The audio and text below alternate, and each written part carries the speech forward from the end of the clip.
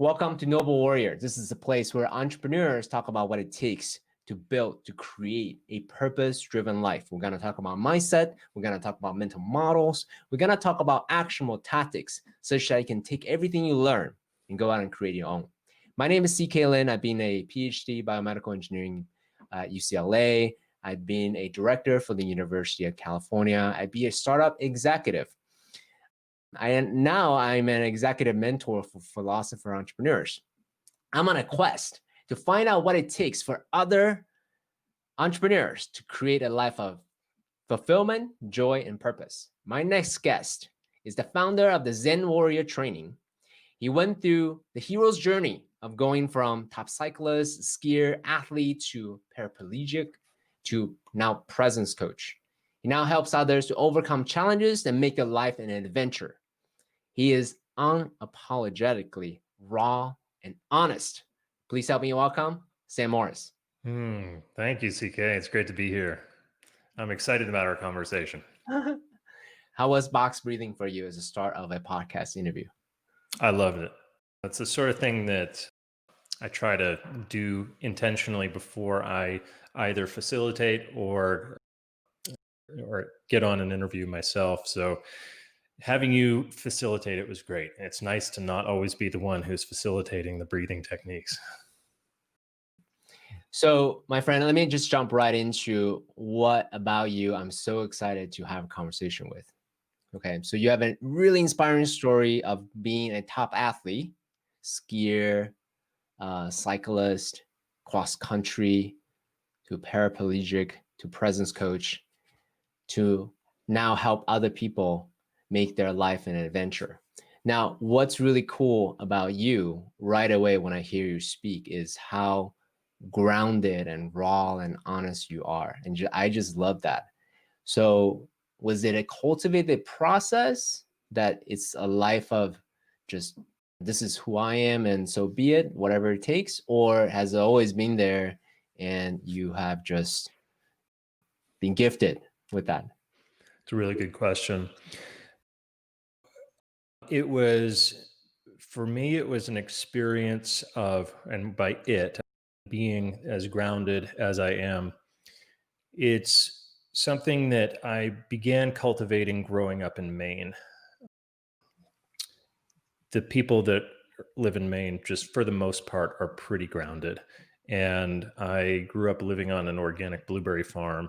And my early childhood memories were just of myself and nature, whether that was in blueberry fields or riding my bike or swimming or whatever. I just have a lot of experiences, or I have a lot of memories of just that self and nature experience without all of the mental chatter.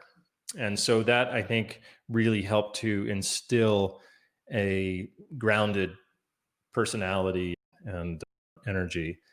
And then we'll talk about this more, but you mentioned the paraplegia. When I became paraplegic, that was really ungrounding for me. It put me in a state where it's really hard to name it, but somewhat disassociated a state of reference. It was, I went from feeling like a very grounded 24-year-old athlete to suddenly feeling a lot like, it was like I became innocent and almost boyish, I felt. Now, people on the outside may not have seen that, but for me, there was a lot of needing to try to find myself and fit in, and confusion that was wrapped around going from being able-bodied to suddenly becoming disabled at the age of 24. So the way I am now, the groundedness that you see now, is really a return to who I've always been that is not dissociated. I see. So it's like going through the hero's journey, part of your superpower of this groundedness, this man, this force for good that I see in front of me actually came from this wound that and this trauma that you experience. Is that an accurate way to reflect back what you said? Yeah, yeah, and it gave me uh, so much firsthand experience with what it's like to not feel like oneself, which created a lot of compassion, I think, for me, because I think I was lucky enough to feel like myself a lot. And then when I became paraplegic, I didn't feel like myself at all, Mm, in certain respects. And so I had to go through a lot of work to get out of my head, to move past ideas that I started to develop about myself, limiting beliefs that I started to develop about myself, and return to my true self. So it gave me a lot of compassion for where that happens with people, because I don't know if otherwise I would have had quite as much. I know that I wouldn't have had as much insight into the way that people can become disassociated from themselves. yeah. Do you mind going into that pain, that dark night of the soul, the belly of the whale, those moments? And it's not because I wanted to have you dwell back into the pain per se, Sure, sure. but I want people to have an idea of what is it that we're talking about here. Because Yeah, you've experienced during those 3 years, you publicly said those were some of the, you suffer a lot, right? During those three yeah. years. Yeah, I suffered a lot for many years, more than 3 years. Yeah, it was cycles and layers of suffering and so forth. Yeah, Yeah. but yeah, I'm happy to describe it as best I can. Well, the And first, but go ahead. I wanted to people to listen from, hey, we're not just revisiting Sam's old wounds and trauma and so forth in a public way. I'm using what he's experienced as a way to illustrate this is not dissimilar to what some people may be listening right now going through COVID or job loss or relationship friction or whatever it may be, their own suffering as it is right now. So Yeah, there will actually be probably a ton of similarities that people experience. And that's the thing that I find is so fascinating, is that in a lot of ways, the human experience, as different as we all are, there's we're a lot more alike than we are different. We all have different trajectories and different ways of experiencing life, but so many of the same principles are consistent no matter who you are and no matter what experience you've been through. So whether it's physical paralysis or the loss of a loved one or whatever it is, there we are humans. At the end of the day, we're humans and we have a lot of very similar experiences.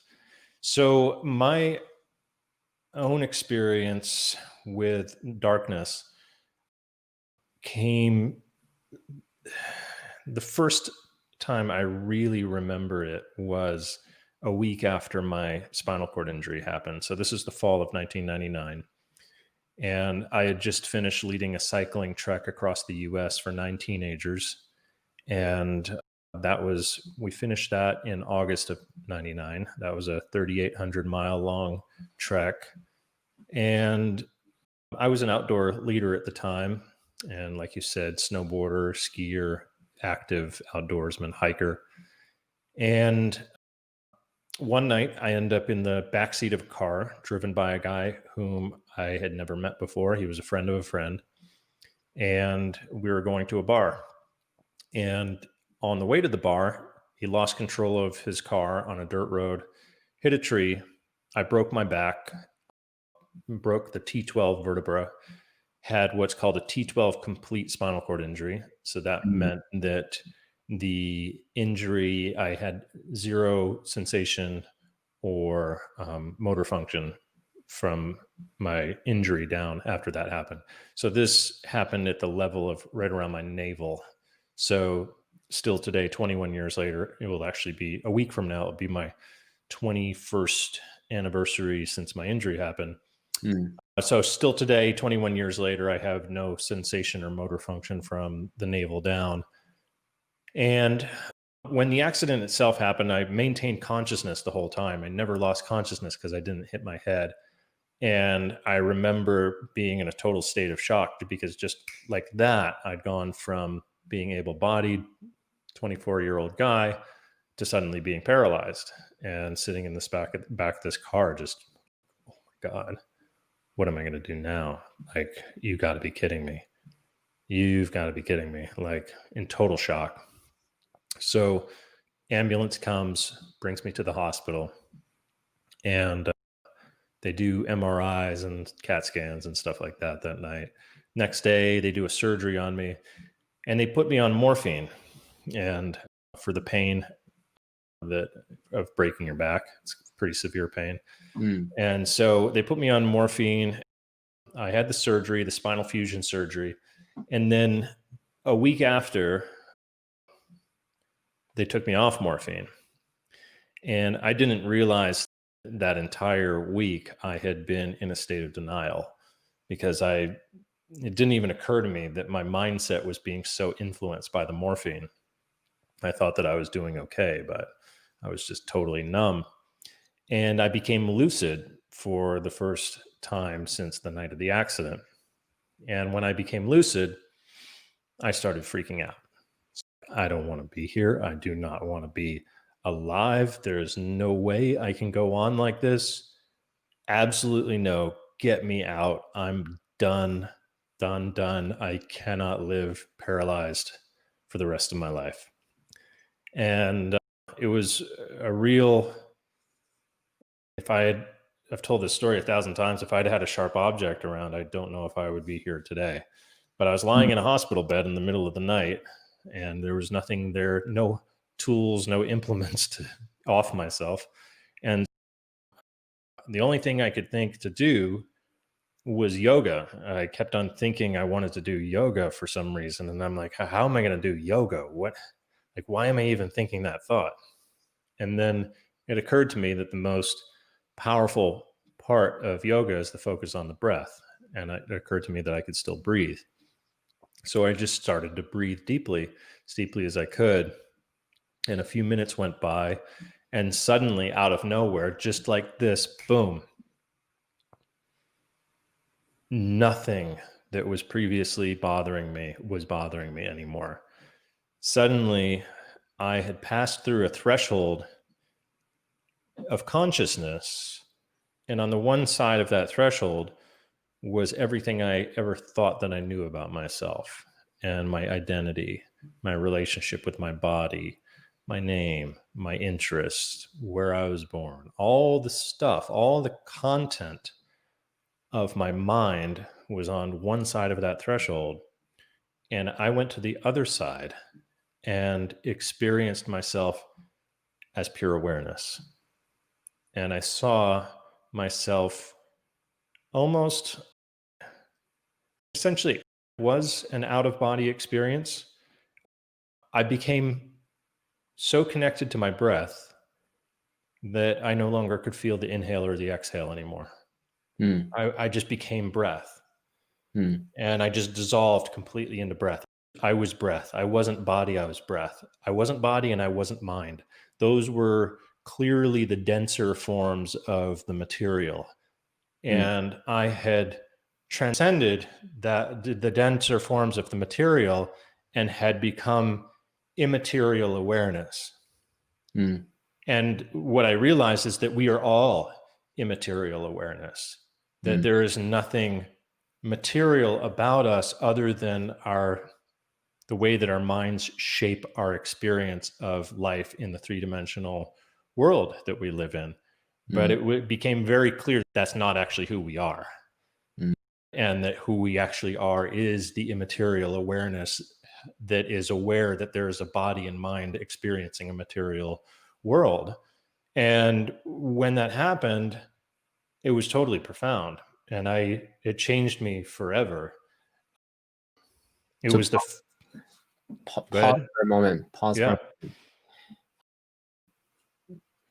You had some reference points. You had studied this. This is after you studied Buddhism. This is also after your first ayahuasca psychedelic mushroom experience at 16, right? Yeah, I'd had several psychedelic experiences, more than several, quite a few psychedelic experiences from age 16 or 17. So would you say because of those reference point that makes you feel like, oh, this is actually my first spiritual awakening experience, it's okay, versus someone who has never had any kind of teachings or visceral experience would be like, holy shit, what's happening? I think that's accurate.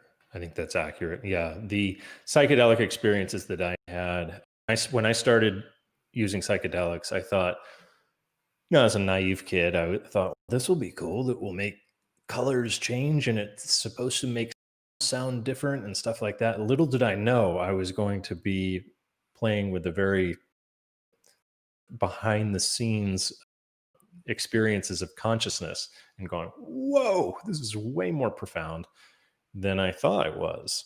And it was through psychedelics and also my relationship with nature that I was attracted to Buddhism. And that, yes, that happened before. So my interest in Buddhism began around probably 1997, something like that, 1997, 98.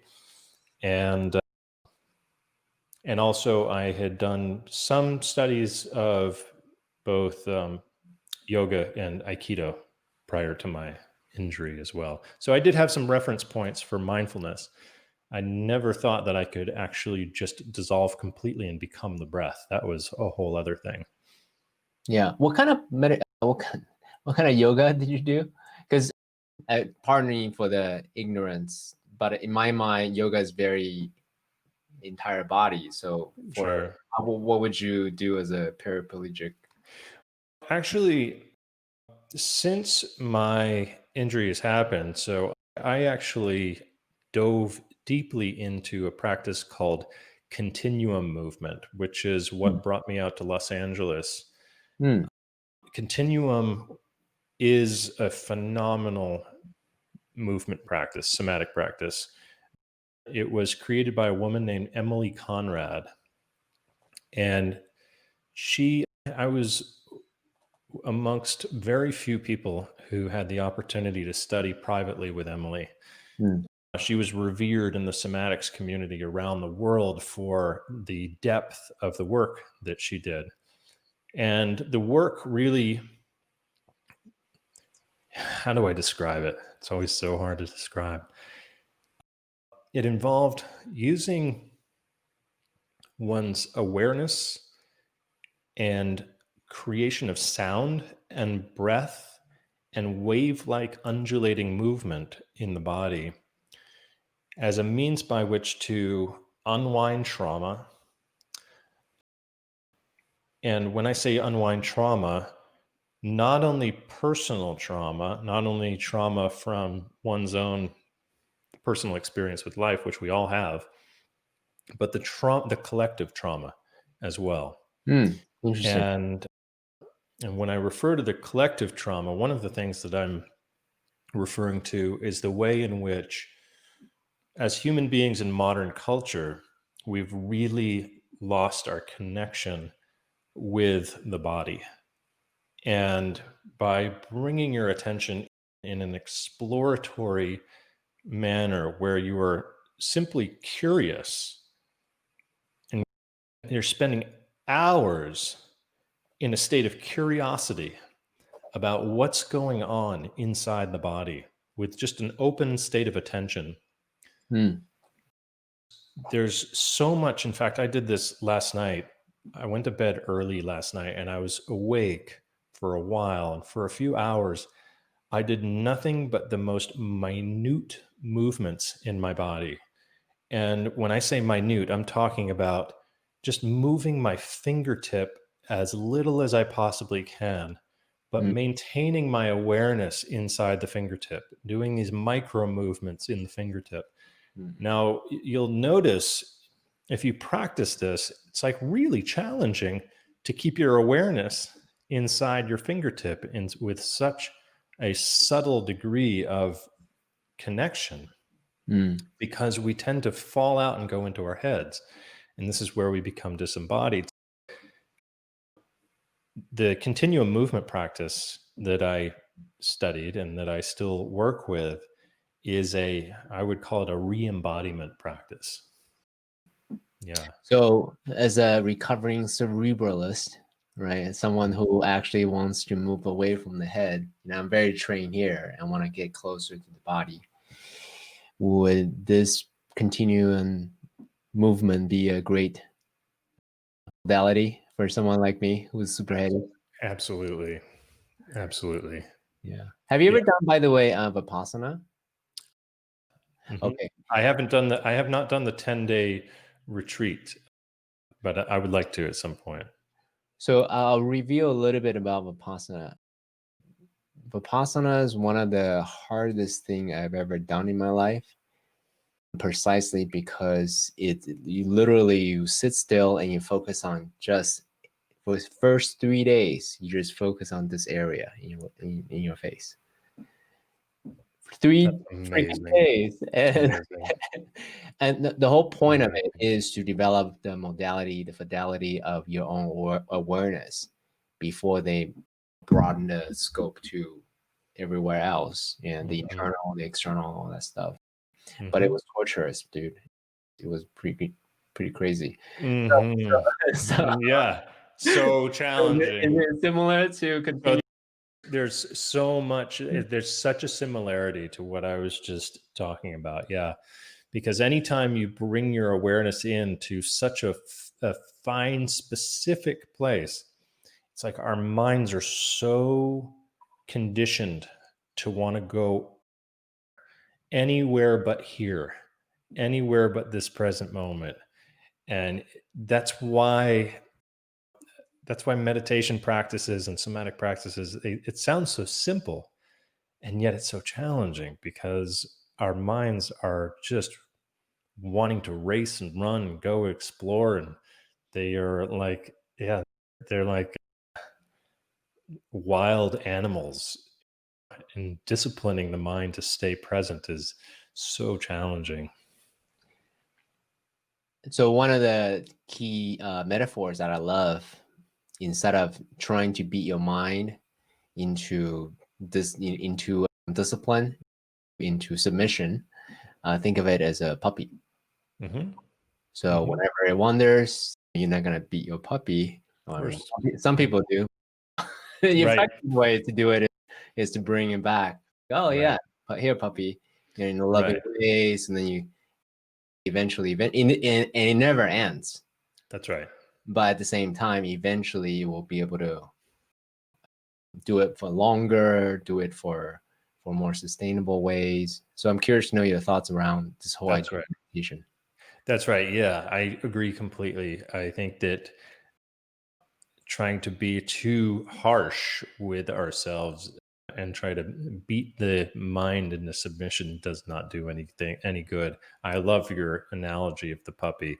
I think it's perfect because you would be kind to that puppy. You would be compassionate, and yet you would be direct too. And one of my teachers once said that when dealing with the body, deal with it in a way that is very much like an animal, because it is an animal. Mm. And the animal doesn't really understand complex statements or concepts, doesn't really understand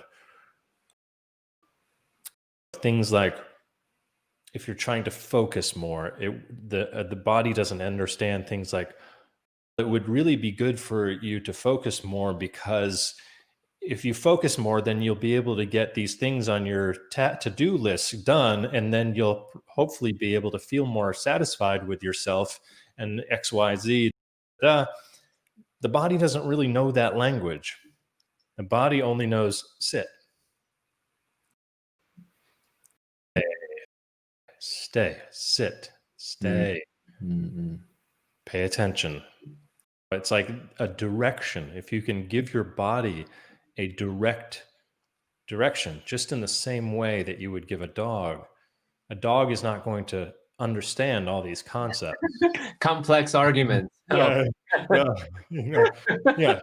Don't pee on the rug because I don't like to clean up the smell. And when my guests come in, blah, blah, blah, all that stuff, the Yeah. dog is not going to know anything. But don't pee on the rug, being very like, and then move the dog where it needs to be moved. And we need to do the same thing to ourselves, because we actually are in animal bodies. And I think that's one of the most challenging things to remember, is that we actually are never separate from our animal. And our animal only understands things through a very direct, simple communication. Yeah. In my younger days, the younger CK would think, oh, I'm in my athletic mode now, so therefore it's the body. My study mode now, therefore it's the mind. Categorizing it Yeah, based yeah, on your activities. and then, but in reality, it's actually superposition, stack on top of each other, and never separate, compartmentalize into one thing. Yeah. I use that more, but it's always all at the same time. So that's why I'm such a passionate student for integrated learning, of anything, integrated living, really. Yeah. So Yeah. just Yeah. focus around the embodiment practices.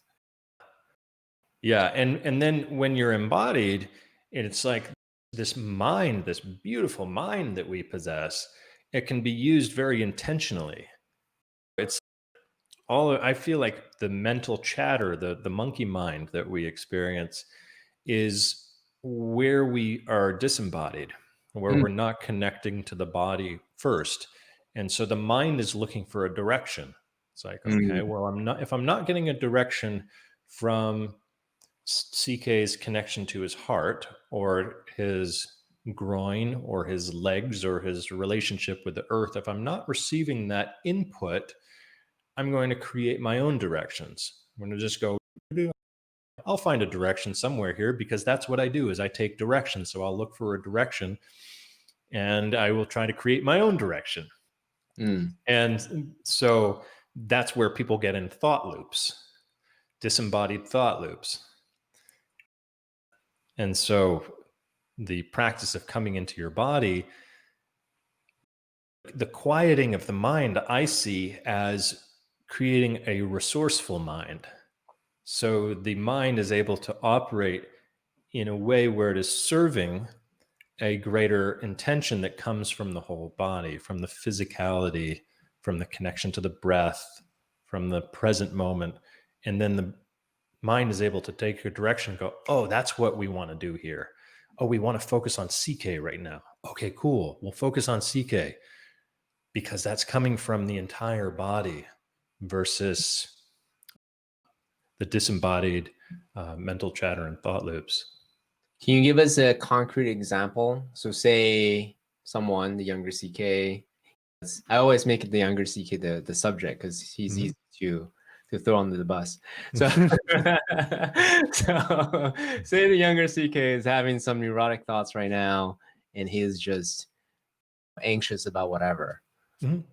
What concretely would you tell him to do so that way he can? Since the younger CK, and you've already mentioned this about you, is someone who really values and has always valued your cognitive capacity, a really highly intelligent person who understands things intellectually, and that the intellectual part of you, the analytical part of you, clearly has gotten priority through a lot of your life.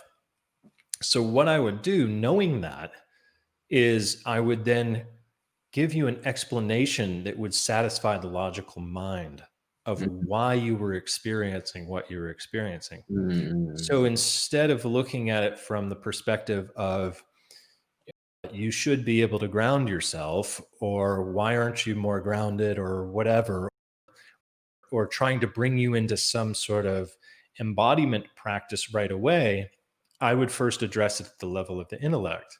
mm, And so at the level of the intellect, you could understand that the brain creates different brainwave patterns depending on what's going on internally and externally in our outer environment and in our inner environment. Our brain is going to be, in any given time of day, whether we are waking or asleep, our brain is going to be experiencing different types of brainwave patterns.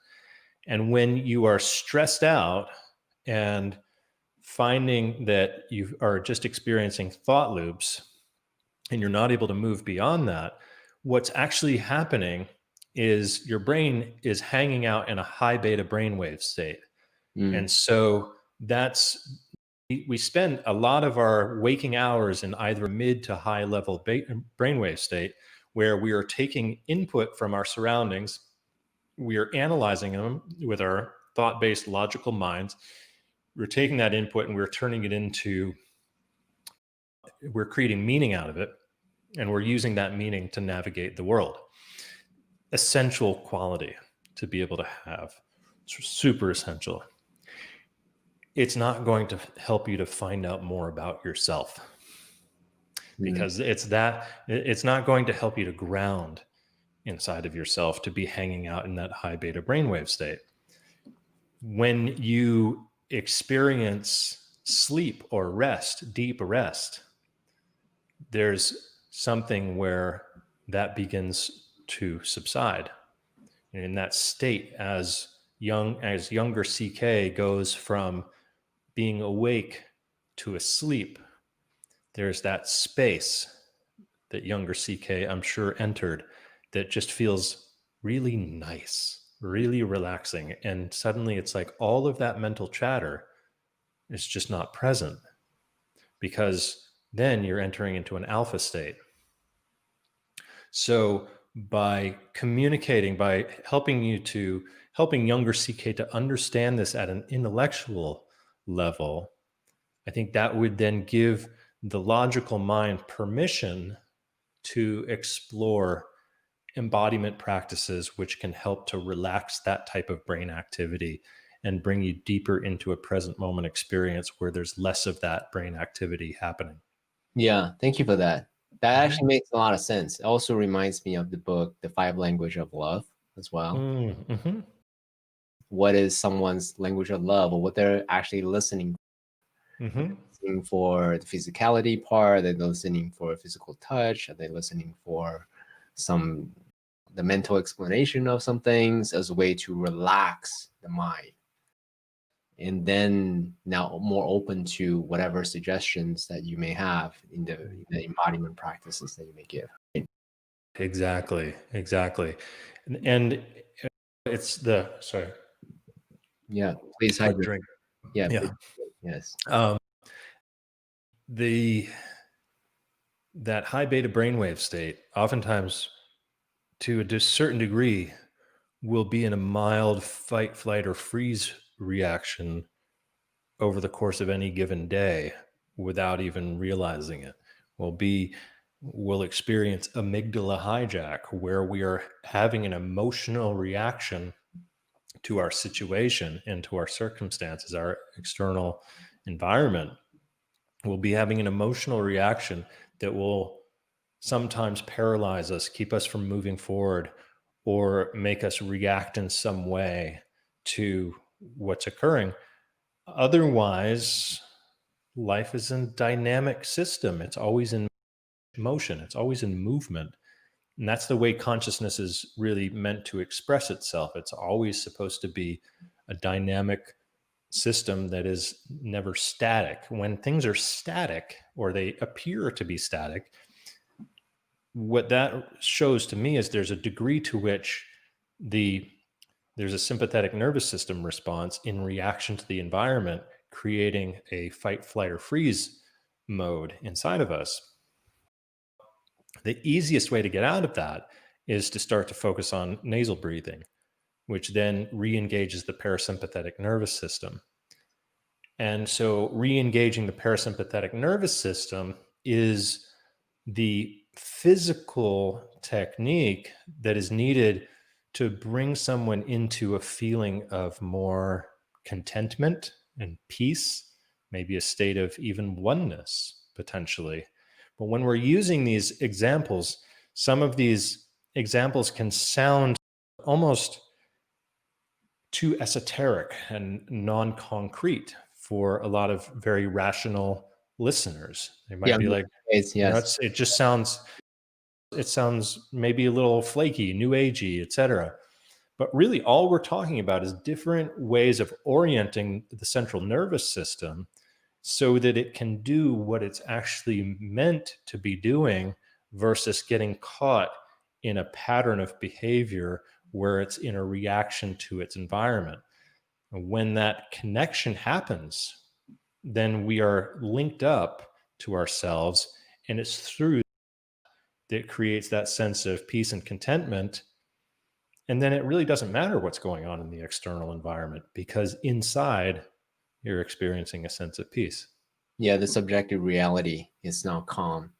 So we went on a digression for a little while. Let's bring Yeah. it back to your spiritual awakening. Bring, Right? bring So it back. yeah. So say now that you've experienced this oneness with the collective, this oneness, this ease, I'm not my body, I'm not my emotions. And then what? Are you there in the samadhi forever? Are you back to Hardly. society? Hardly. So Hardly. bring us back to the moment a few minutes after you experience this oneness. Now Yeah. you're back to your body, fresh in this new disabled body. And now what? Yeah. So it's a great question. Imagine that time being like, I'm not sure how long it lasted because it felt eternal, but it may have lasted an hour or so, something like that, Mm. maybe a little bit more. When I came back from it, excuse me, it's very similar to if someone has experienced a psychedelic journey where your familiar framework for reality returns relatively completely. What you're used to experiencing and how you're used to thinking and etc., how you're used to experiencing your environment will return after a few hours with a psychedelic experience. And in the same way, the way in which I was accustomed to experiencing myself returned shortly after that awakening. However, just like a really powerful psychedelic experience, it was something that left a lifelong memory inside of me. And one could even go as far as to say a multi-lifelong memory, because it did not seem to be that this was limited to one life, what I was experiencing. Mm. And so there was this lasting memory, and it was like a reset button had been pushed inside of me, where the next the next several years were going to be incredibly challenging. And in fact, in many ways, my life now is incredibly challenging. So I think it's important for your listeners to know that, while I'm showing up the way that I am and doing the work that I'm doing, it's not like there's some sort of permanent, sort of transcended space that I've managed to get to, that where the challenges no longer bother me. Instead, 21 years later, it's in a certain way, there's going to be radical challenges ahead of me in my life from this. But it was like a reset button had been pushed inside of me that night that just said, you're going to be able to handle the challenges ahead of you, because who you are is not the subject of your thoughts and feelings. Who you are is never the subject of your thoughts and feelings. Who you are is the awareness that thoughts and feelings are happening. And you can always come back in relationship to the awareness of the subject and realize that's who you really are. And I don't know that I certainly would not have been able to express it in those words at that time, but I can express it in those words now. And I think it's one of the most fascinating things about the human condition, is that we mistake the activity in our minds. We mistake it for the idea that who we are is the subject of the inner talk. Yeah. Our who we are, our consciousness is the collection of mental images, thoughts, emotions, and physical reactions that we have. That's the totality of our subjective reality. Yeah, that's the subjective reality that we reference when we think about who we are. When people ask you who you are, The first thing that you're going to talk about is your name, where you're from, what you're interested in, what your vocation is, your career, whatever. You're going to give this sort of laundry list of words and concepts that are describing your subjective experience, just like you said. But that's actually never who you really actually are. And yeah, anyway, it's fascinating. So this is the thing that I can geek out on for And hours. you came to the right podcast to do that. This is exactly what we talk about. Because in my mind, I've been doing a lot of searching, achieve a lot in my life. And after all of my search, I realized one thing: my brain between my ears is the source of all my bliss. It's also the source of all my suffering. Mhm. So unless I have this, I don't say under control per se, but have the discipline to really understand the psyche of this machinery, all of these stuff are just proxies to this. So Mhm, hence mhm. why I started this podcast, to actually have deep inquiries with other people who are on the same path, other Yeah, warriors, other yeah, entrepreneurs as well. yeah. Yeah, it's fascinating stuff. This is what we're talking about for those listening who are trying to wrap your heads around what we're talking about. This to me is the key to everything. This is the key to unlocking what we talk about as potential. And I think potential is a strange term because it can often be adopted by the ego mind, and it's and then the idea of potential then can be, some people will adopt that and turn it into, what can I accomplish? And my potential is related to that which I can accomplish. And that to me is, it doesn't have anything to do with potential. That's just what you choose to do in the world.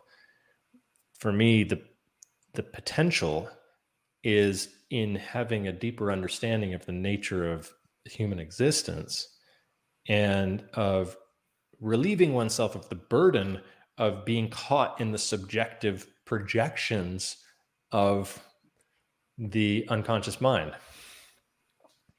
That's potential. It's like, ooh, now I'm freer.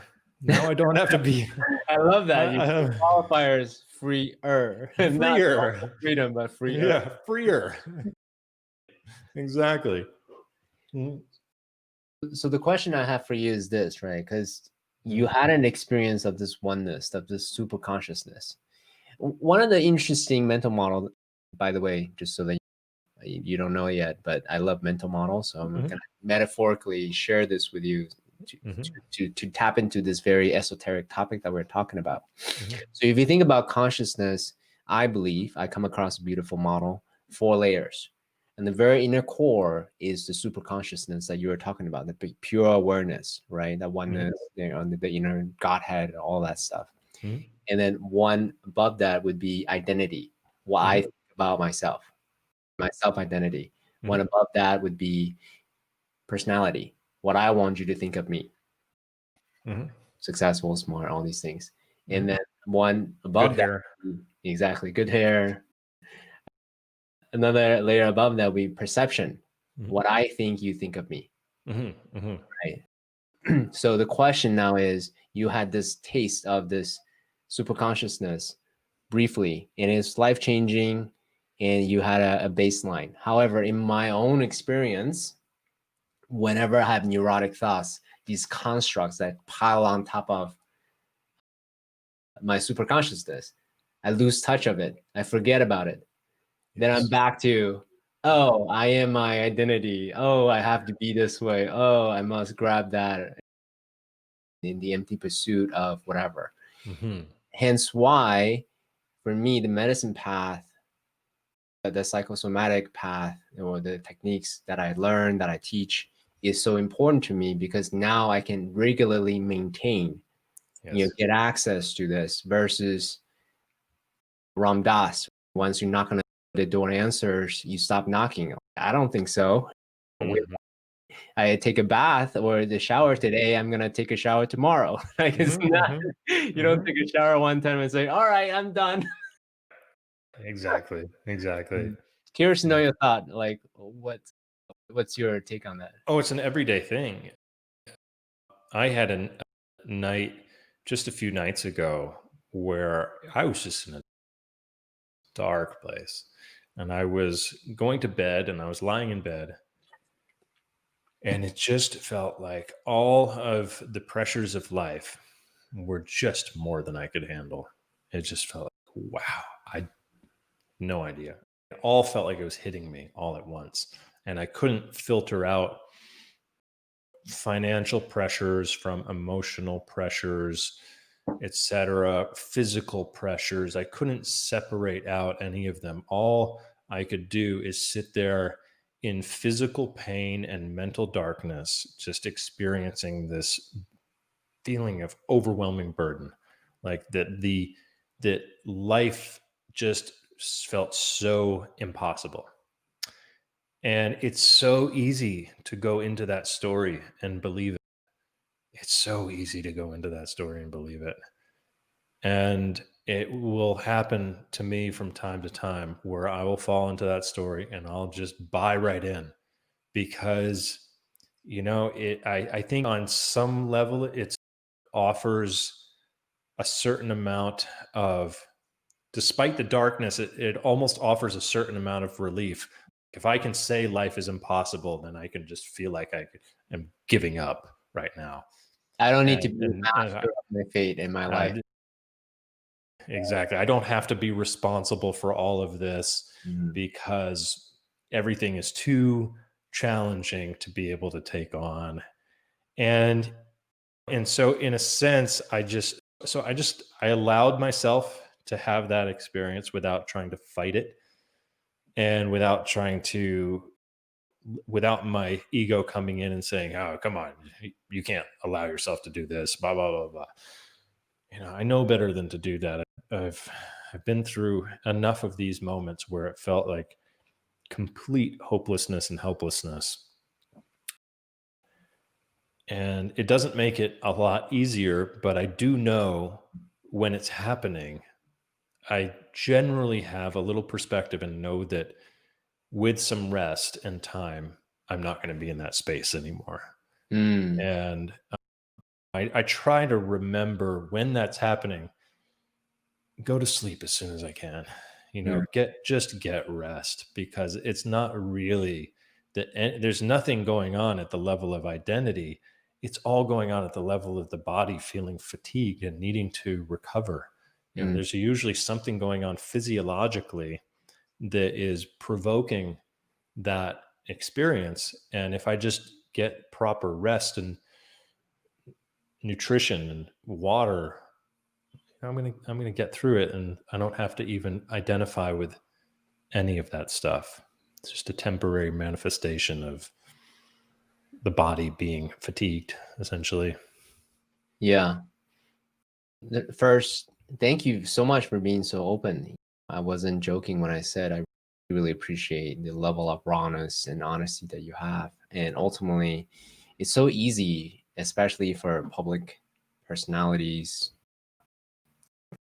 teachers and coaches and consultants, to walk around saying, my life is great. Let me show you the glossy stuff only, and All right. actually pretending not to be human. We're all perfectly imperfect. Exactly. Everyone is dealing with whatever it is in various ways, physicality, finance, relationship. It doesn't matter who you are. I don't care. Barack Obama. Like, it doesn't matter who you are. Exactly. We're all human. So really, Exactly. really appreciate you being a great example Mm. of just being open and being totally perfect human. My You are. pleasure. Yeah. My pleasure. Yeah. No, it's so important. I cannot stand the bullshit that, and especially in this sort of spiritual thinking, coaching sort of thing, all of the big glowy smiles and stuff. It's great. It's great to be able to glow and to smile and feel your presence and so forth, but this notion that people have transcended no, we're in this earth plane together. We're hanging out on the earth plane. Please get over it with the transcension. Unless your life is just nothing but just total ease, then but then it's just naive. Then that person actually isn't even really having truly embodied experience anyway. So this is not the earth plane is not the plane where we hang out in this state of pure bliss and transcended samadhi all the time. I agree with you 100%. That's actually my personal belief. I believe that growth does come from overcoming challenges, and there is sweetness in going through the ups and the downs. And that's the whole roller coaster ride of this human experience. Exactly. I truly believe that. Some people want to believe that, hey, we're here to just be in joy and bliss. And I'm like, that's awesome. I haven't met a person who can do that. If there are, I'm happy to do a podcast interview with them, but I haven't met anyone like that. Yeah, totally. Yeah. And if someone comes to me being bliss and joy all the time, I'm gonna really I'm gonna be very skeptical about meeting someone like that. I think too, the key for me has become, because I know not to expect that my life is going to be any easy cup of tea moving forward. I just know that some people will try to, I think, in an effort to like make me feel better or something, talk about how they could see me walking again or something like that, and this and that. And I don't know where exactly that comes from. I'm very pragmatic. I know that my life is going to throw me challenges every day, and it's going to throw me sometimes extreme challenges. And I'm not naive to that. And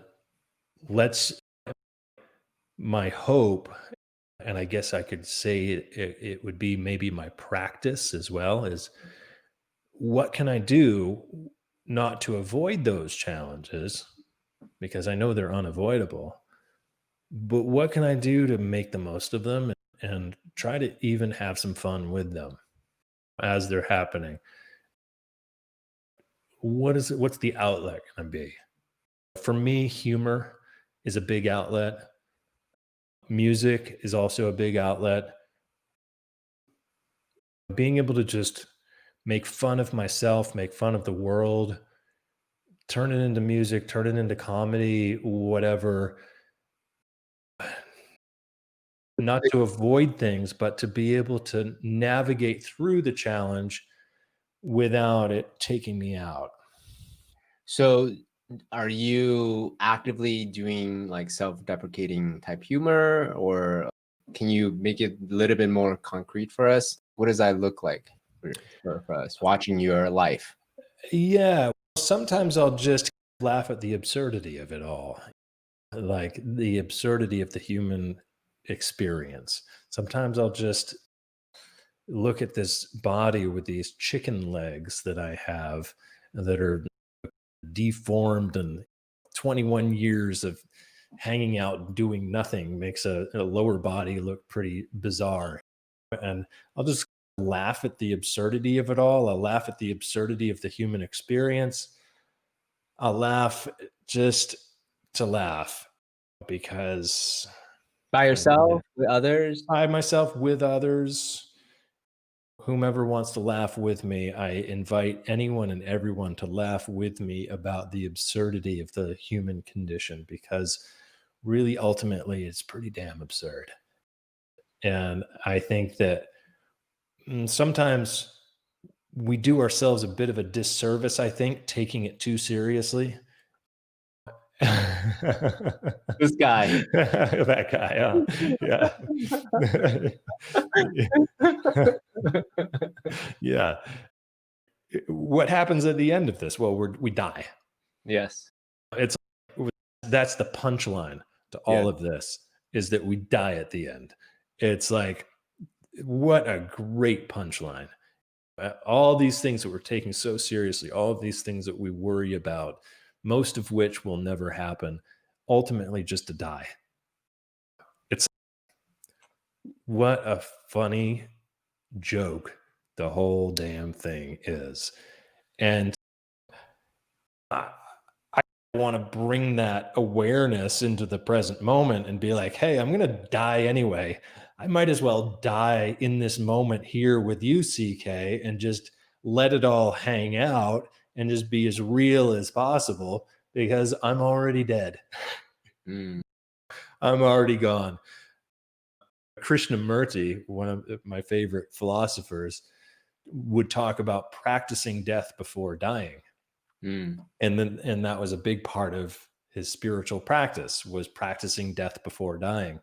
And he would talk about how there's this illusion that people have that that life is related to continuity, like the continuity of one's physical body, the continuity of one's bank account and one's relationships, etc. People confuse continuity with life. And then death is a discontinuous moment. It is a moment where we go from the known to the unknown. And yet it is to think of the duality of life and death in those terms of continuity versus the lack of continuity, I think is missing the whole point of life. Like life is so much more than a continuous process. As in procreation, survival, is that what you mean? Yeah, and even from the moment of someone's birth to the moment of their death, we can consider that a life. But what about when you just go outside and you look at the stars and you just feel the vastness of the universe? I'm not thinking about, in those moments, I'm not thinking about, well, I was born here and someday I will die. Instead, I'm feeling this consciousness that we are all experiencing together that is profound. It's absolutely, it's beyond the word. Profound doesn't even describe it, because it is all that is. Life is all that is. It's not about one person's journey from birth to death. Life is all that is. And I would prefer to open up to experience life as all that is versus look at it through the limited lens of this Sam ego going through from birth to death. Now, that's a very limited way of perceiving life, because it perceives it only through my own limited memories and experiences. And I don't know if this is making any sense to those listening, and I don't really care either. I'm just jamming. I feel like I've got a guitar in my hand and I'm just jamming along and No, this is perfect. creating whatever's going on and Perfect. just channeling it through to whatever we're talking. I don't even know what we're talking about anymore. No, this is perfect. So let me do a quick recap. Mm-hmm. So the younger CK will look alive as from an individual lens. Right? This is my life. I'm the captain of my soul. I'm the master of my fates. Therefore, I'm gonna set a goal and achieve it, and that's gonna be my life. And then CK had a very beautiful spiritual awakening through ayahuasca, Mm-hmm. and I realized, like, holy shit, there's much more to the individual. There's the one-to-one, one-to-many, and many-to-many type of relationship in life. Mm-hmm. And then I stumble upon a beautiful video that actually described what we're describing beautifully, called The Egg. I don't know if you've ever seen it. No, I haven't. Yeah, if you Google The Egg and the YouTube video, I'll share this with you. Remind me to share this with you. It said it beautifully and in a beautiful way. And the way that it articulates this whole collection of consciousness is that throughout time, from the beginning of time to the end of time, consciousness is a collective whole. and you are just a reflection of who I am in a different time. Yeah. So it's not even just in this Wow. moment, collective consciousness is through the entire time, beginning to end, consciousness is displaced and experienced in life through all different lenses, and the collective whole is who we are. Yeah, there you go. There So you go. I love that. I yeah. love that. Yes. I mean, that's a mind blown moment right there. And it's exactly what I'm talking about is I want to have the experiences of the mind getting blown on a regular basis, because otherwise, if it's not blown, then what's it doing? It's just resorting back to its own version of what it thinks knowledge is. And it's that's not knowledge. My memories aren't knowledge. The intellectual concepts that I've learned are not knowledge. What's knowledge? What's really amazing is when the mind literally can't keep up with what it's taking in and it goes, whoa, there's new input that has just completely destroyed my version of reality. And I want to keep doing that over and over again, because I know that anytime I construct a reality, it needs to be broken up. It needs to be broken up. Just like when Buddhists make the mandalas, as soon as they finish those mandalas, as soon as they've put all of these hours upon hours, days upon days into creating these mandalas, what's the first thing they do?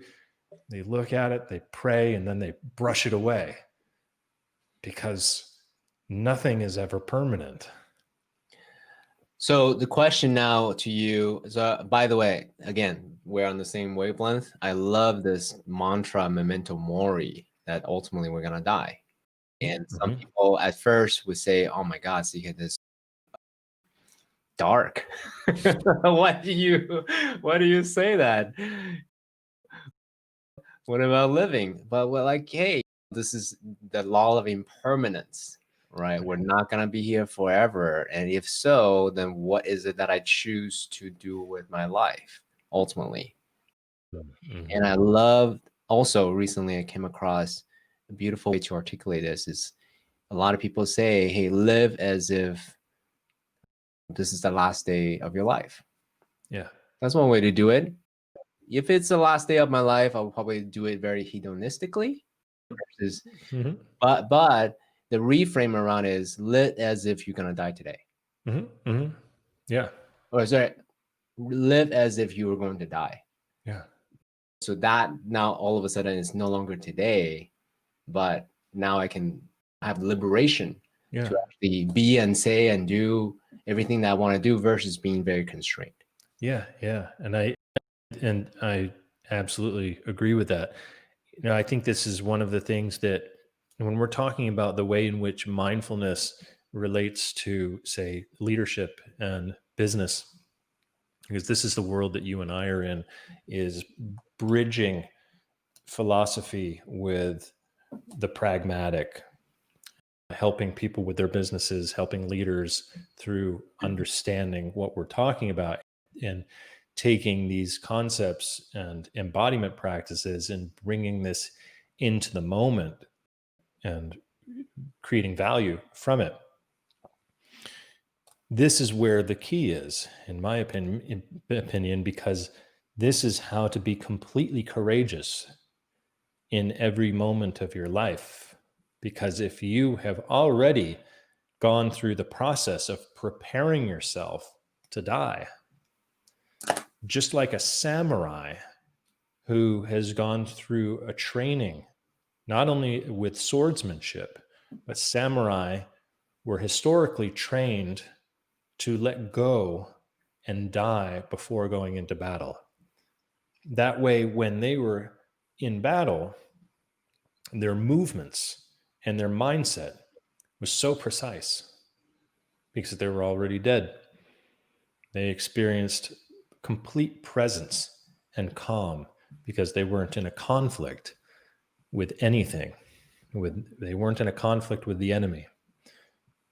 And so this is, if you're someone who is an entrepreneur like CK and I work with, or a leader of some sort, just think about the way in which this is going to impact your ability to function with your work and your career and your life, your personal life, from a place of courage and strength and power, because you're not in some kind of a mental reaction to the circumstances of your life.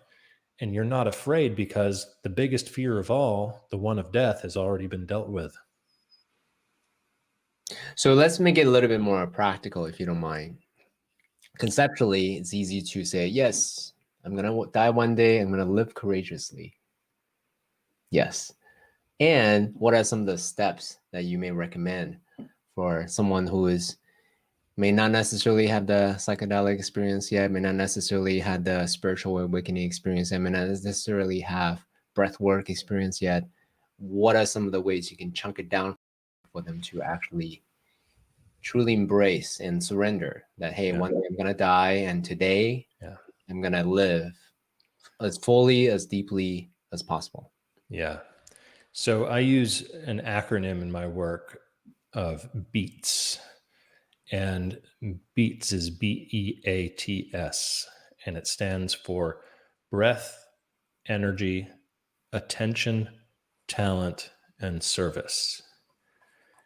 And so the reason why I use that acronym is because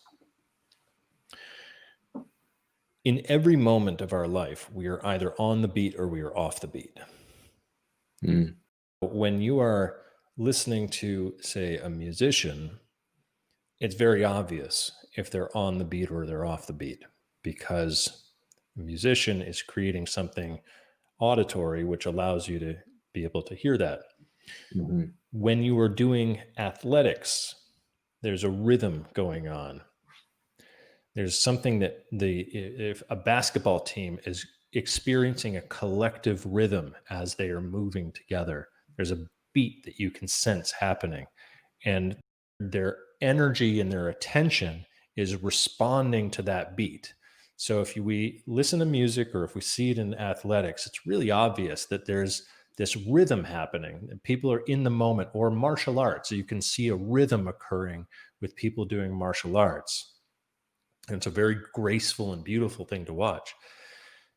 Now, what we don't realize is that we are experiencing a rhythm all the time within us and around us every day. There's an inner beat happening. There's our heartbeat, but then there's also this sort of inner sense of rhythm that's occurring if you pay close attention to it.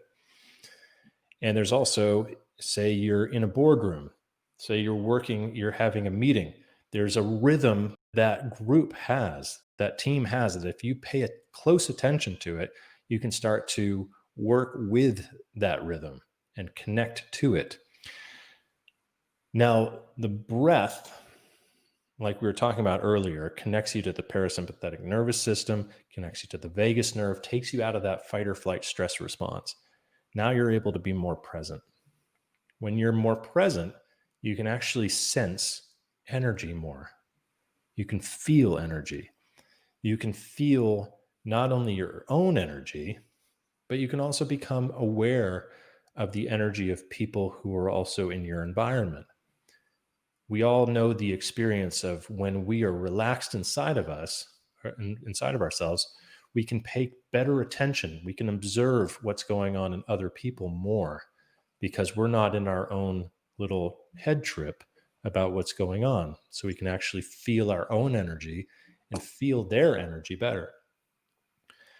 Now, from there, your breath and your energy, these are in and of themselves neutral. Energy without direction is just neutral. If I'm just sitting here and paying attention to the energy in my body, the energy in my mind, it's neutral. It doesn't have a direction. So from there, then I can choose with intention where to place my attention. not from a place of habit, but from a place of responding to what's occurring now in the moment. So now we've got the B, E, and the A of beats. From there, I'm going to want to filter my attention through my talent, whatever that talent is. And then finally, it's all done in the spirit of service, because I'm serving others by doing so. I'm creating value from my presence, no matter what that is. And something that a lot of people don't realize is just your simple being, your present moment awareness, just that alone is creating value. Just your ability to listen and pay attention is creating value. You could hang out with a monk in the room who says nothing. You could feel a tremendous amount of value from what they offered just by being present, not even saying anything. Yeah. And so by using this BEATS acronym, what it helps people to do is remember that we have to get on the rhythm of what's occurring inside of us and around us, and getting that there is a rhythm. And when you can connect it to your breath energy, conscious awareness with attention, and your talents to be of service, it gets you out of your own head and into the moment to take action based on what your intention is. Yeah. Thank you for sharing that. Quick story. So speaking of monks, before my first ayahuasca experience, plant medicine experience, I actually had the good fortune of meeting the Dalai Lama in close proximity. And it wasn't because of the things that he was saying that really moved me. It was his presence. Mm-hmm. I really felt his compassion for the room. I really felt his compassion for his enemies. Mm-hmm. Just the generosity that he shared. So I started just weeping. And then to me, it was shocking at the time because I'm almost like an android. I didn't cry. What is this thing coming out of my eyes? Wow. So yeah, so to your point, and then that actually started my own path in exploring ways of being and compassion and generosity and emotion. This rich that I've been missing most of my life. I love that. I love that. Yeah, that what you are speaking to is just so powerful. And we give a lot of lip service to living from the heart, but there's a way to actually do it. And we don't have to compromise on our self-protection. I think a lot of people will get in their heads because they think, I can't be in my heart in this situation where, this is a very important thing. I have to be very analytical and very serious in my disposition and so forth. And This guy, yes. yeah. I understand the mentality of those people. Yeah. It's like, and I get it too. I've been there myself. Yeah.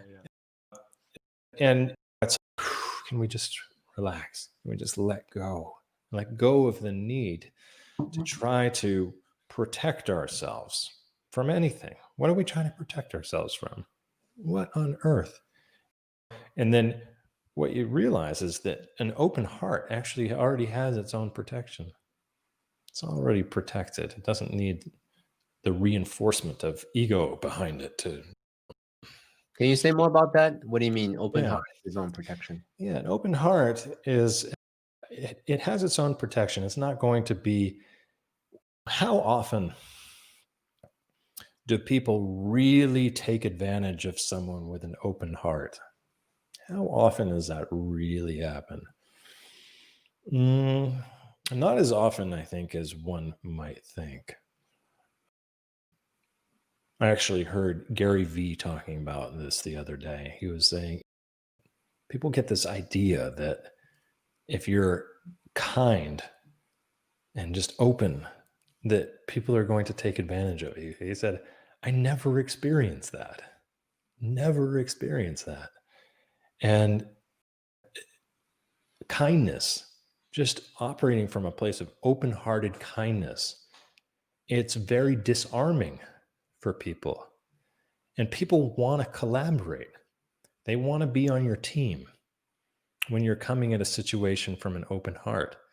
They want to be able to engage with you because it feels good, because they know you're going to be going for a win-win for them, whether they're on your team or whether they're someone that you're considering doing business with and negotiating with. They can feel that you're coming from a genuine place of connection and that you prioritize kindness. You prioritize the noblest of human values, which is warmth and kindness. And yeah, it's very disarming. It's very disarming to people. Now, if I'm coming from this space with my furrowed brow and my analytical mind, and I look sort of distant, you're going to be looking at that energy. You're going to be like, what is he going to be trying to get from me? He's clearly got an agenda here because his energy is held back. He's back in his body. He's holding something. He's stiff. But if I'm just show up and open my rib cage, let my heart breathe, be here with you, now we can just be together and realize that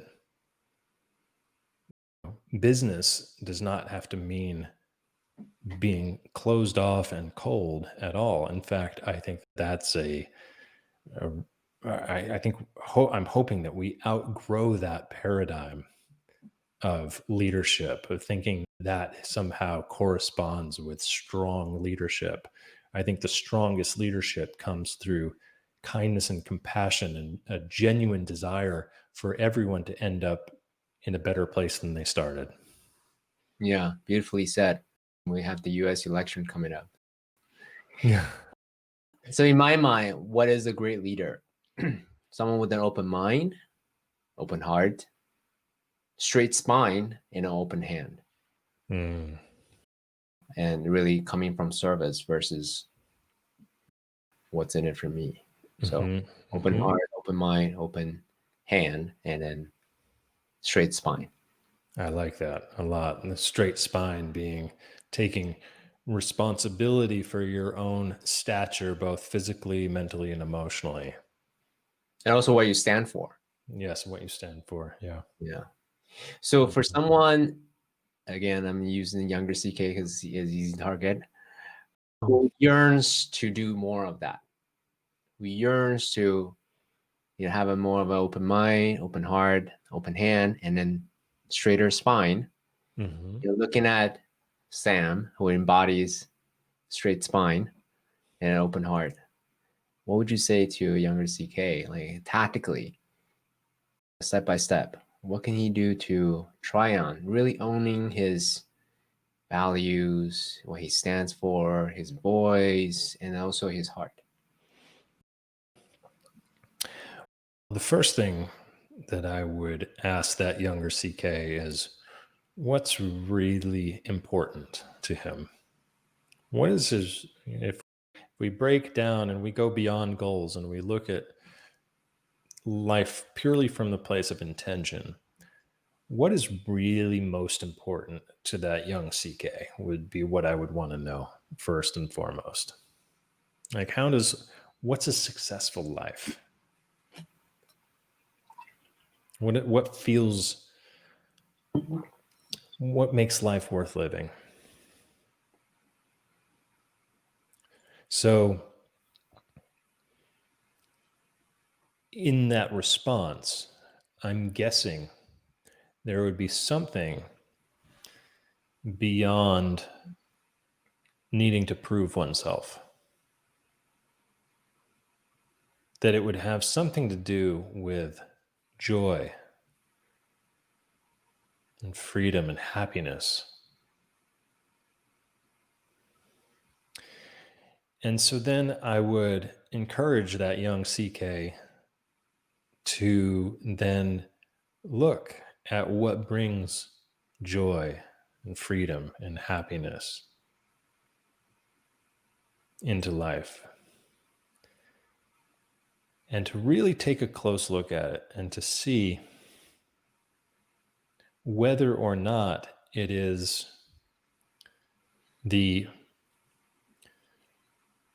whether the mindset or what the young CK thinks is going to bring him greater joy, fulfillment, and happiness and freedom, whether that is actually what's going to do that for young CK or not.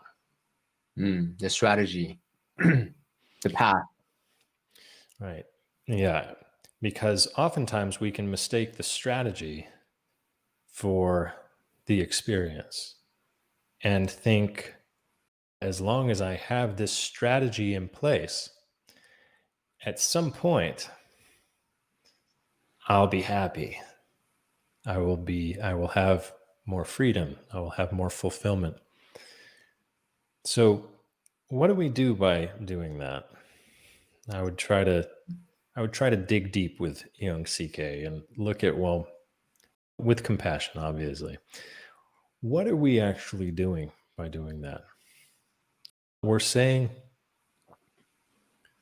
happiness is reserved for those who have been successful in their strategy. Happiness is reserved for those who have followed their strategy to a T and shown up with the discipline to do it every day and shut off their emotions and just swallowed their feelings and just grind their way through life, and that someday happiness and fulfillment and freedom will come. Now, I would ask that young CK to actually look and see, is that actually true? Is shutting off your feelings, shutting off your emotions, and just grinding your way through every day in order to experience what you think in your mind is on the horizon somewhere, is that actually going to bring you more fulfillment? Is that going to bring you more of the happiness and freedom that you're actually seeking? Because what I'd hope that young CK would be getting out of the conversation would be that he would then see that the patterns of thinking and behavior that are so rigid actually reinforce a rigidity. So that day of fulfillment and freedom and happiness never truly comes. Instead, more and more rigidity gets built into the system. And then no matter how much money that young CK makes, no matter how much status that young CK acquires, that goal of the fulfillment and the freedom and the happiness is always out of reach. In fact, those things that were supposed to bring more happiness, freedom, and fulfillment, now that young CK can see that they actually didn't do that. So then he wonders if he's been lying to himself this entire time, or if he's been fed the wrong story, or if there's something wrong with him that he hasn't been able to experience the freedom, fulfillment, and happiness. Because everyone else on Instagram seems to get it. Because everyone else on Instagram seems to get it. Right. Right. Exactly. What's wrong with it? And in the meantime, like they say, that the neurons that fire together wire together. So what gets wired into the brain is that rigid strategy is the only way of getting to the freedom, fulfillment, and happiness. Following that rigid strategy with discipline every single day is the only way of achieving some type of hypothetical outcome of freedom, happiness, and fulfillment. And yet that's not led to that result. So then there's the conflict between that part of the brain going, wait a minute, I should have experienced some of this by now. But then, then it's getting hardwired in. So then the dialogue becomes, I know this is the way that I'm supposed to proceed through life to achieve freedom, happiness, and fulfillment. And the other part is going, well, bullshit, that didn't happen. And now you're just hardwired to think that the more rigid you are, the more happier you're going to be, but it doesn't happen. So then it creates all this inner conflict. That it creates all of the, why didn't I get there? What happened? In the meantime, there have been all of these incredible present moments that have been missed along the way because it never was about getting to the destination. It was about being more playful and creative with the present moment experience that we're all having. Because, as cliche as it is to say, it's true. This moment right now is all that exists. So if I am postponing my happiness and fulfillment until some arbitrary deadline when I have achieved some goals, I've just kidnapped my own happiness and fulfillment. And I've said to myself, I'll give that back to myself when I'm good and ready. Yeah. I feel the days of my youth have been recreated in this brief description. Yeah. And yeah, those are the dark nights of soul moments. What's it all for? Yeah. And if not joy, ultimately. Yeah. And it's so simple that I think that it comes off as an insult to the ego mind. The ego mind wants to make things so complicated, but yet it's so damn simple. No, it truly is embracing that this moment is the only moment that we ever have. It's as simple as that. It's as simple as getting that every moment of our experience of life has happened through us, and that we haven't even been in control the whole time. Yeah. We've been flailing around trying to pretend we're in control, but yet we've been divinely graced with being and being supported by nature and supported by other human beings. We have every single one of us has been supported by thousands or millions of human beings and bacteria and all of these things that we don't even think of. We go through life thinking of Sam and CK and whoever is listening to this, John and Stephanie or whoever you are, go through life with these blinders on, thinking that we are in control of these lives. How much control do we really have? We're being supported by this whole ecosystem of the earth and of the collective consciousness and of people doing things for one another. I didn't make this t-shirt. I didn't make these headphones. I didn't make this microphone. None of this stuff in my surroundings did I have anything to do with. And yet here I am thinking that I am somehow in control. I have nothing to do with any of this stuff except for placing it in a certain orientation in this room. Yeah. And here I am benefiting from these microorganisms in my gut, people around the world who have been manufacturing things, creating things, ideas that have been passed on by great sages that I've internalized and made my own. So little of it has anything to do with me. Instead, it's when I can really accept that it's truly about letting go and accepting that divine grace is moving through all of us all the time. That's where the beauty really lies. But the ego hates that because it wants to prove that it was able to do things in some sort of special way. Yeah. You know? I'm the master of my fate. How dare you tell me otherwise? Right. Right. Okay, so let me make it a little bit more practical for those who are listening to this. Thank you. You can be my ground to practicality here. There you go. Conversation. They say that the mind is a great servant, but a terrible master. Mm-hmm. So what we're talking about here is ultimately the art of using this tool that we all have. Beautiful, powerful, very well developed, especially those who are listening to this podcast. They like to engage in intellectual, cognitive conversations as a way to exercise the muscle that is the mind. Mm-hmm. So then how do we use this tool in a practical way, right? Because we're not saying, and correct me if I'm wrong, Sam, we're not saying, hey, just surrender our sovereignty. Go with the flow at 100%. We're not saying that. That's right. We're also not saying to say total determinism, my will shall be done, like kind of a way. The answer is somewhere in the middle somehow. That's right. The middle way. So That's can right. you share with us some practical ways to use this very powerful, this very potent tool that we do have in such a way to create the life that we love? Yeah. The practical way, let's just start right now. Just take a moment to imagine yourself in any given situation, say, where you are experiencing a sense of conflict with someone, with another person.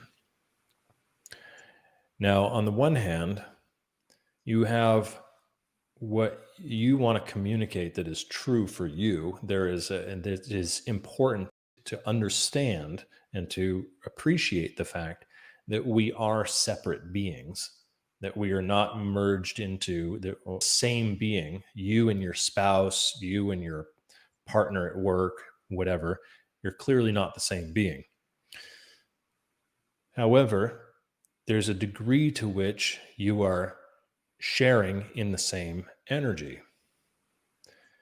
Now, a good way to work with this is to sense, as you search your memory for an experience that you've had where there is conflict with someone, feeling to what degree was that conflict either resolved or made worse by your focus on your separate perspective. To what degree did you actually, and this happens with spouses all the time, where there's a right or wrong sort of direction, where it's, I want to be right and I want to make that person wrong because it's the protection of one's ego. And yet in that battle, how has that turned out? Anytime that those battles have occurred, how has that ultimately turned out? Probably not so well. I Right. know ego against ego. Mm-hmm. So rather than seeking understanding,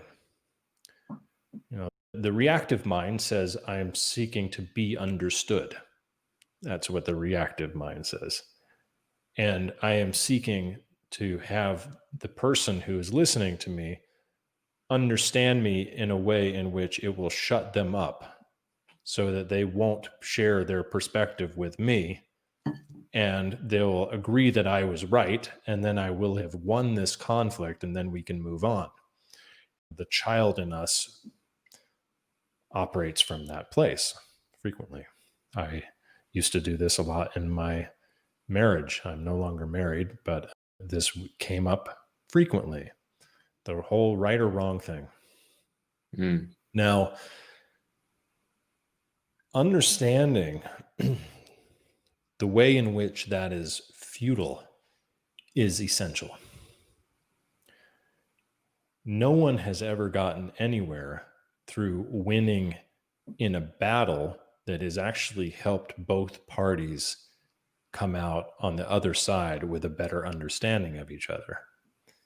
There is no relating that's actually occurring in those situations. Instead, it's resorting to trying to protect one's perspective by separating from the other. Now, on the one hand, it is important to understand that we have boundaries and to be able to separate from the other. But the question then becomes, where are we coming from? Are we coming from trying to be more right than the other person?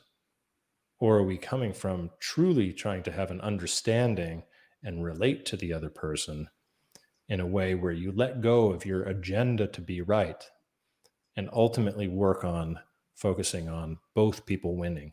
Now, whether this is in a romantic partnership or whether this is in a business partnership, Co-founders, yeah. co-founders, Mhm. doesn't matter. The same rules apply. Yep. Question is, this is where the rubber meets the road with mindfulness and emotional intelligence. And we can easily let our egos get in the way of our own best interest and feel as though we have to protect our rightness Yeah. and never actually come to a proper understanding of what's going on, and then create ultimately dissonance in the relationship that can sometimes never heal. Yeah. Whether it's a romantic partnership, whether it's co-founders or whatever, you may, even in that conversation, that one conversation of trying to be right, trying to win over the other person, you may create a dissonance that takes days, weeks, months, years, or forever to actually heal.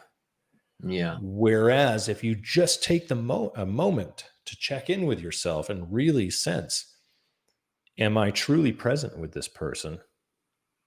Or am I trying to be smarter than them or be more right than them? If I truly check in, am I truly going for a win-win? You're saving yourself so much time, so much energy, potentially money. There are so many things that you're at risk of losing in those types of conflicts just because the ego tried to take over and win the argument. Yeah. Mhm. Very rich topic to dive into, reflecting on my own personal experience as well as seeing other clients' experience. If I look at a simple model of ego against ego, then it's a matter of who's. Mhm. But if I actually add into a third entity, a relationship, marriage, a business, a partnership, whatever, a friendship, whatever that may be, then it's less about ego against ego. It's about how do we nurture the third entity. I like that. And then also the first sentence that the Tao Te Ching came to mind. The way that can be spoken of is not the eternal way. Mhm. So simply said, truth cannot be described or articulated. That's right. Truth can be felt, but it can't be described by words, right? That's right. That's It's right. the alpha and the omega. So in my mind, Truth is not a fixed entity.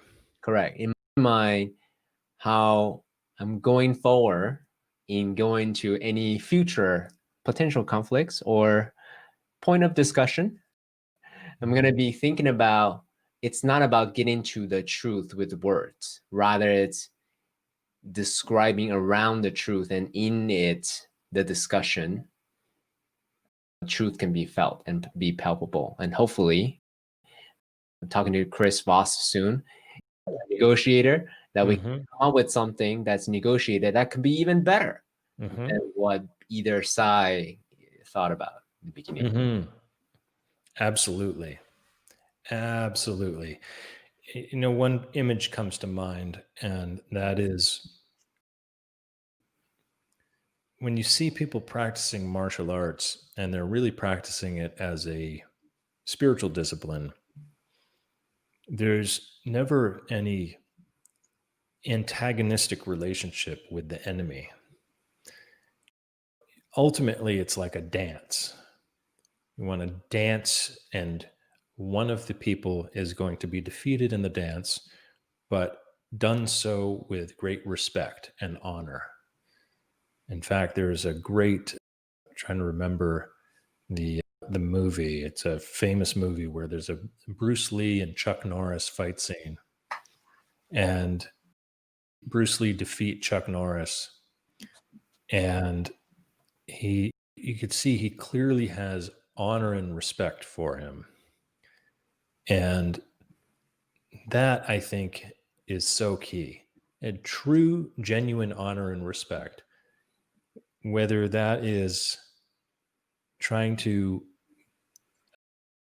navigate through a tough communication in a relationship with your partner or spouse, or whether that is working with some sort of negotiation or a co-founder or whatever on your team. If you can approach it as essentially a dance of two people where there's no winner and there's no loser, you just want to work with as much grace as you possibly can and as much honor and respect for the other as you possibly can, versus trying to defeat them. When I studied Aikido, I had to really learn how to back off from trying to defeat my partner. I remember my sensei would come up to me and say, it's not about power over the other. It's about efficient use of the energy that's already present here between you. It's not about, the goal is not to defeat the enemy. The goal is to manage the energy effectively with presence. And so I had to, as this big 6'3" guy, I thought this was fun. I'll get to beat people up, having no idea that wasn't what it was all about at all. And then ultimately seeing that Aikido is much more of a dance. And the more connected and centered one can become in that, the more powerful they actually become. It actually translates into having greater strength, because you're not in a place of trying to force yourself against the opposition. You're there in an interactive play with the quote unquote enemy. So circling back to your origin story of experiencing a tragic accident and allowing it to catalyze it to be the beginning of your life's work, what would you say to someone else who is on their path to discover their life's work? Should they look for some great tragic suffering, or are there ways that they could do to I'm personally always trying to save people from, I don't know if nothing can save people, but I'm trying to ultimately see how much suffering I can spare people from by seeing that you can get the wisdom without the trauma. And I'm gonna challenge you, a loving challenge, by the way. yeah, please. The point of philosophical question that I have. But could you really acquire the wisdom without the pain? I'm not saying without pain, because I think every one of us goes through pain. Mm. And maybe just try to, maybe something, trauma as severe as paralysis, maybe. I'm talking about trauma at a pretty severe level at the moment. Mm. But yes, I think you're absolutely right. And with pain comes awareness, comes wisdom. And one of the things that I would suggest to anyone listening to this who is looking to find more of a sense of purpose, connection, etc., I like to use this term experiential resume. If you look at your life as everything that you have been through, especially the wounds, the psychological wounds that you've experienced where you have felt separate from others and you have felt disconnected or whatever. if you look at everything as having value for the experiential resume, it's there that one begins to discover one's uniqueness. And in certain respects, I'm not unique. I'm certainly not the first person in a wheelchair to be helping people with empowerment, that's for sure. And I'm certainly not the first Western mind to be trying to translate Zen and Taoist practices into modern day practical advice. Not at all. However, the particular circumstances of my particular life have given me my own experiential resume that cannot be copied by anyone else. And it's in that experiential resume that we all possess that we have our own unique genius that no one can copy because they haven't had the experiences that we've had. Look at that. Look at your experiential resume. Look at the education that you have received as a person that could not have come through academic credentials or anything like that are purely as a result of how you have become you. Yeah. Beautifully said. I want to underline this point a bit for younger Sam, younger CK, whoever was listening, and maybe doubting themselves. Hey, I'm not as good looking as Sam. I'm not riding on a wheelchair. That doesn't make me believable as someone to support others. I'm just making things up. Yeah. But the reality of it is you are truly a unique snowflake. And I don't say it within this empowering context, because all of your upbringing, your parents, your education, your experiences, all of your triumph and all of your failures have brought you today, here. Mm-hmm. And there's wisdom to share Mm-hmm. to others who are on this path, who may look to you and say, oh, I want to be like you as well. And then the reason why I keep referring to the younger CK and the younger Sam is because I know the younger CK will love to have this type of inspiration, this type of mental model, this type of actionable tactics as a way to helping create new ways of living, new ways of being, new ways of action, right? That I would have loved to pay tons of money for. But at least minimally, one person, the younger version of you, will want the wisdom that you have right now today. Beautifully said. Yeah. Beautifully said. Are you open to some rapid fire questions and we can complete? Sure. Yeah.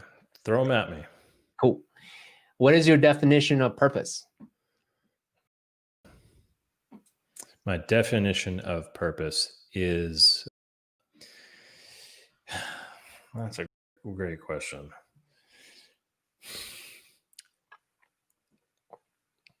My definition of purpose is co-creating meaning along with the divine. Thank you. Mm-hmm. What's your definition of fulfillment?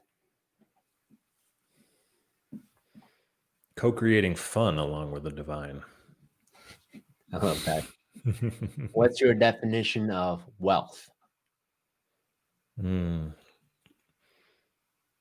definition of wealth is an awareness that our needs are always taken care of. Thank you. Mm-hmm. And to the reason why we circulate around the topic of spirituality, ultimately, to me, the younger version of me really wanted some rational answers and why I should feel psychological safety. And I wanted evidence to support psychological safety. But the whole idea of spirituality that really got me to this ease, this inner peace, this inner calmness that I finally got was, well, ultimately I'm going to die. And so all these concerns and worries about it's ultimately for naught. So I might as well relax. So There yeah. you go. Yeah. Said. What do you do to not take yourself too seriously? Try to be around entertaining people and try to also entertain myself. That's what I do. And it's very easy to take oneself too seriously in this world that we live in, especially feels like in this day and age, people are taking themselves more seriously than ever. Yesterday on Facebook, I posted something. I said, I voted for your mom. That's funny. I mean, it's just, I'm so sick of all of the battles. You got to get out there and vote. You need to. Yeah, sure. Yeah, that's true. But let's also realize, let's remember the absurd here, guys. Please. Let's just. So speaking of that, what have you realized as an illusion in the last year, in year 2020? What have I realized is an illusion in the past year? Yeah.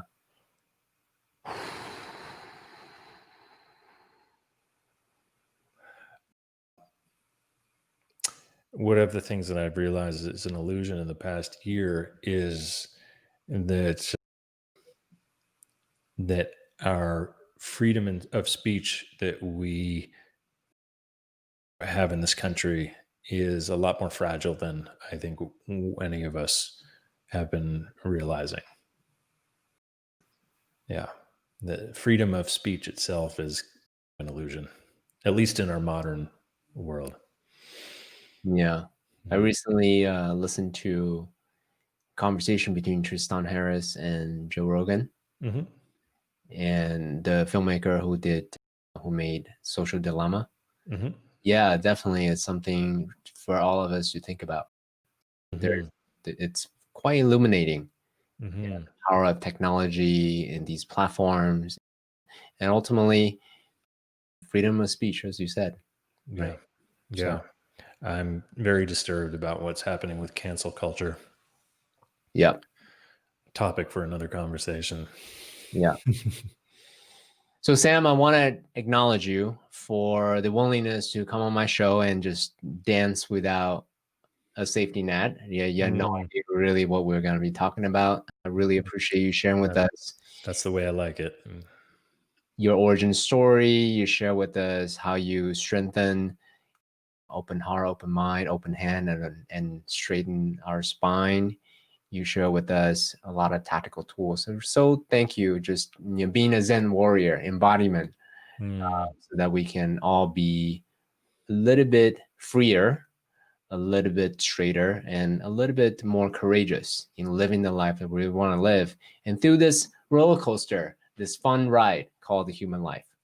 Well, CK, I've really enjoyed the conversation. I knew I was going to enjoy it a lot. I could go another 2 hours, but I'm being cognizant of your time. It was certainly a win till the next time. Thank you All so right. much. Sounds good. All right. Take care. Take care.